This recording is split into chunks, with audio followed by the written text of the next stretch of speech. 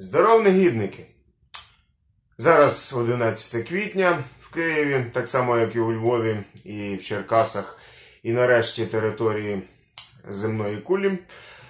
І зараз я буду матюкатися. Але по ділу. Тому якщо біля цих ваших екранів сидять ваші діти, то хай вмощуються зручніше і слухають уважно. Шутка. А матюкатися я буду от з якого приводу. Я не економіст, не математик, і взагалі до точних наук я далекий. Але все-таки я люблю рахувати. Особливо останнім часом, останній місяць, от лежу вдома, роботи немає, дивлюся на люстру і рахую оці от вісюльки. Жалюзі рахую. Все рахую. Але я рахую не тільки фігню, а ще й дещо корисне. І от, що я нарахував вчора? Коротше, геніальний геній геніального, найгеніальнішого прем'єр-міністра всіх часів і народів Гончарука, який благополучно пішов у відставку з тріумфом, поклав на лопатки економіку України ще до початку так званого коронавіруса, цієї чуми 21-го століття.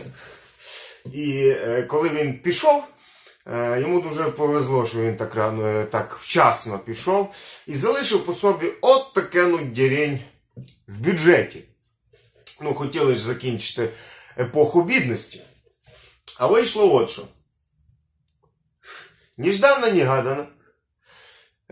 Хто його знає откуда. Взявся так званий цей коронавірус, COVID-19. І все, коротше, перекреслив всі плани, всім. Але не новому уряду, який залишився після товариша Гончарука. Гроші треба десь брати. Люди сидять вдома, країна стала, ніхто толком не заробляє для країни. Гроші не поповнює бюджет, тому гроші треба було звідкись, взяти. І взяли гроші вже з готового бюджету, з багатьох, так би мовити, сфер життєдіяльності. В тому числі і з культури, до якої я належу, пограбували Держкіно, з освіти, зі спорту, з науки. Коротше, зі всіх ненужних оцих от всяких фінтифлюшок капіталістичних. І зекономили, так називається, сэкономленные средства планируется пополнить стабилизационный фонд 124,2 мільярда гривень. Отак. Це новина за 30 березня 2020 року. Коротше, подумали, поскребли по сусекам і наскребли 124 лярда. І на ці 124 лярда вирішили товариші, зараз відкрию посилання, різати бюджет, Мінфін. Мінфін пропонує створити фонд кризовий. З фонду кошти підуть на зарплати медикам, медичні засоби та соціальні виплати. І от, значить, новина, яке число не бачу тут. Не бачу. Так, от. Міністерство фінансів України пропонує створити у бюджеті стабілізаційний фонд розміром 124,2 мільярда гривень. Тобто, як ми прочитали в попередній статті, ця сама сума. Вот. І ми вже так подумали, що держава все-таки про нас турбується. Але от Бубочка вчора вийшла на трибуну і, сука, заявила: фонд боротьби з коронавірусом, внимание, становитиме 100... вибачте, які 100? Становитиме 66 мільярдів гривень. Зеленський. П'ятниця, 10 квітня 2020 року.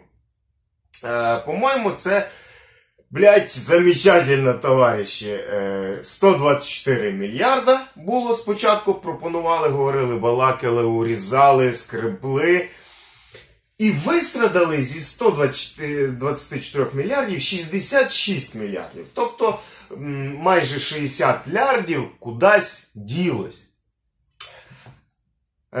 Блядь, я, звісно, можу помилятися, але, здається, Яник і срані Риги в найкращі їхні часи так нагло і в тупу не піздили гроші.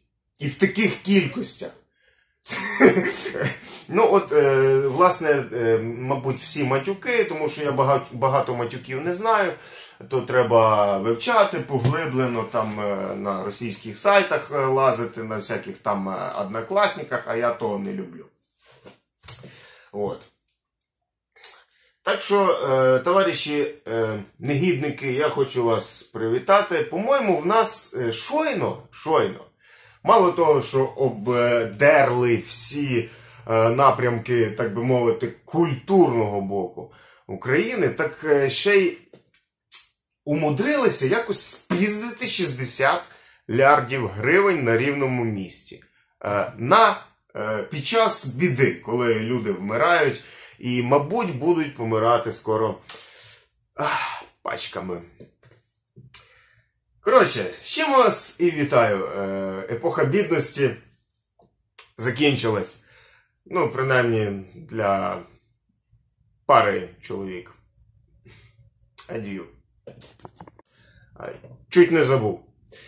Якщо я лох і щось неправильно порахував, то напишіть про це в коментах. Або якщо у вас є якийсь власний погляд на цю ситуацію. От тепер точно адію.